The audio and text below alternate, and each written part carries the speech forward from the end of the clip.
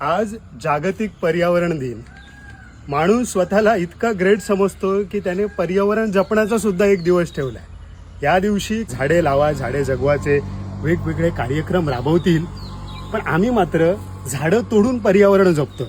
तर आज मी तुम्हाला सांगतो की गावातली माणसं झाडं तोडून सुद्धा पर्यावरण कसं जपत असतात. आता ही जी काही छोटी छोटी झाडं दिसतात आहेत, लाकडं, ही आम्ही पडलेली जी काही आपल्या आत्ता कोकणात मान्सूनच्या पूर्वी आपण मिरगाची तयारी करत असतो.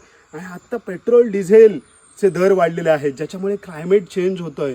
मोठ्या प्रमाणावरती लोक आत्ता काय क्रायसिस पेट्रोलचा आत्ताचा नाही आहे, भविष्यात 20 वर्षांनी पेट्रोल डिझेल कोणालाच मिळणार नाही आहे. आणि हे पेट्रोल डिझेल आपल्याकडे लांबून येतं आणि आपण त्याच्यासाठी कार्बन इमिशन करत असतो. पण ही लाकडं आजूबाजूची आहेत, नेटिव्ह आहेत. लाकडांचा वापर माणसानं करायला हवा आणि त्याच्यासाठी त्यांनी स्वतःची जंगलं शिल्लक ठेवायला हवीत.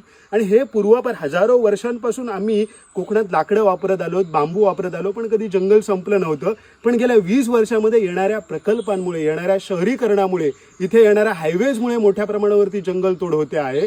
हा एक आत्ता तुम्ही माझ्या बाजूला बघताय, हे माडाचे वाशे आम्ही ठेवलेले आहेत. इथे दरवर्षी वादळे येत असताना 2-3 माड पडतच असतात. कधी हे पूर्वजांनी माड लावलेले 100-200 वर्ष जुने माड आहेत, त्याचा करक म्हणतो, त्याला केत म्हणतो.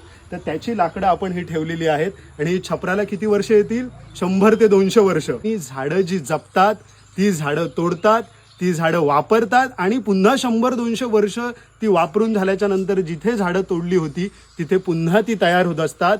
पण खाणीतून एकदा का तुम्ही माती घेऊन त्याची आयर्न ओर काढून त्याचा स्टील, पत्रे बनवले, कॉन्क्रीट बनवलं, सिमेंट उद्योग करून सिमेंट बनवले, ते पुन्हा तिथली इकोसिस्टीम परत तयार होत नाही. या मातीमध्ये पुन्हा पुन्हा झाडं तयार होण्याची क्षमता आहे. त्याचाच हा खरा सस्टेनेबल यूज आहे. या माटवासाठी आम्ही हे असे खूट वापरलेले आहेत. त्याच्याबरोबर ही तुम्ही बघता ही बांबू आणि वरती ह्या ज्या काही कडणा म्हणतो आम्ही, ती नारळाच्या झावळांच्या चटया बनवलेल्या आहेत. प्रत्येक गोष्टीचा तुम्ही निसर्गातला यूज करायचा. आता माटव किती वर्ष टिकणार आहे? 5 ते 6 वर्ष. परत 5 ते 6 वर्षात बांबू तुम्हाला मिळणार आहे, नारळाची झावळं तुम्हाला मिळणार आहेत. नारळ मोठा होत झाला, त्याला पानं येत राहतील.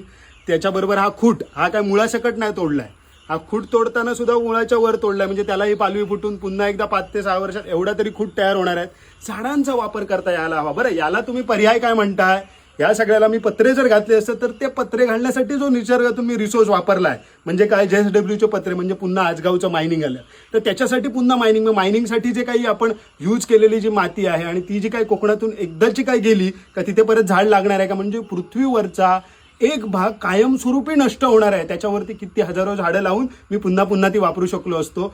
कोकणातल्या लोकांनी तितक्याच जमिनीमध्ये विचार करा, सतत झाडं लावून सुद्धा ती झाडं संपली नव्हती. आजकाल फक्त मोनोकल्चरमध्ये, क्रशरमध्ये आणि ह्या सगळ्या विकासामध्ये झाडं तुटतात आहेत, लोकांनी वापरून नाही तुटत. त्यामुळे हा गैरसमज नको की झाडं तोडू नका. झाडं तोडायला हवीत. जी माणसं झाडं तोडतात, ती झाडं वापरतात, तीच झाडं जपत असतात. आमच्या गावचा गिरोबा फणसाचा आहे, आमच्या गावचा वेतोबा फणसाचा होता. ही झाडंच आमच्यासाठी फार उपयुक्त आहेत. ती एक झाडं काही हजारो लाखो वर्ष टिकत नाहीत, पृथ्वी आणि माती लाखो वर्ष टिकलेली आहे. त्याच्यातून हजारो वर्ष पुन्हा झाडं तयार होत असतात, त्या बिया पडत असतात.